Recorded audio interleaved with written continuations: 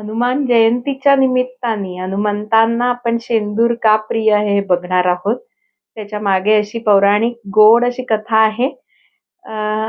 सीतामाईंना त्यांच्या भांगामध्ये सिंदूर भरताना जेव्हा हनुमंत बघतात, तेव्हा त्यामागचं कारण त्यांना विचारतात. तेव्हा सीतामाता म्हणतात, की रामरायांच्या दीर्घायुष्यासाठी मी माझ्या भांगामध्ये हा शेंदूर भरत आहे. तेव्हा हनुमंत विचार करतात, की हा एवढूसा एक चुटकी सिंदूर भरून काय होणार आहे?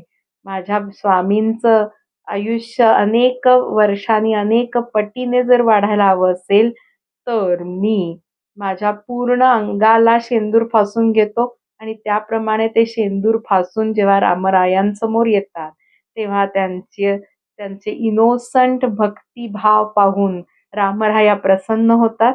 कारण रामराया काय किंवा कोणीही हे भक्तीचे भुकेले आहेत आणि अशा इनोसंट भक्तीने प्रसन्न होऊन रामराया वरदान देतात, की जो कोणी भक्त हनुमंतांना शेंदूर लावेल, त्या भक्ताचे सर्व कष्ट दूर होतील आणि सर्व मनोकामना पूर्ण होतील.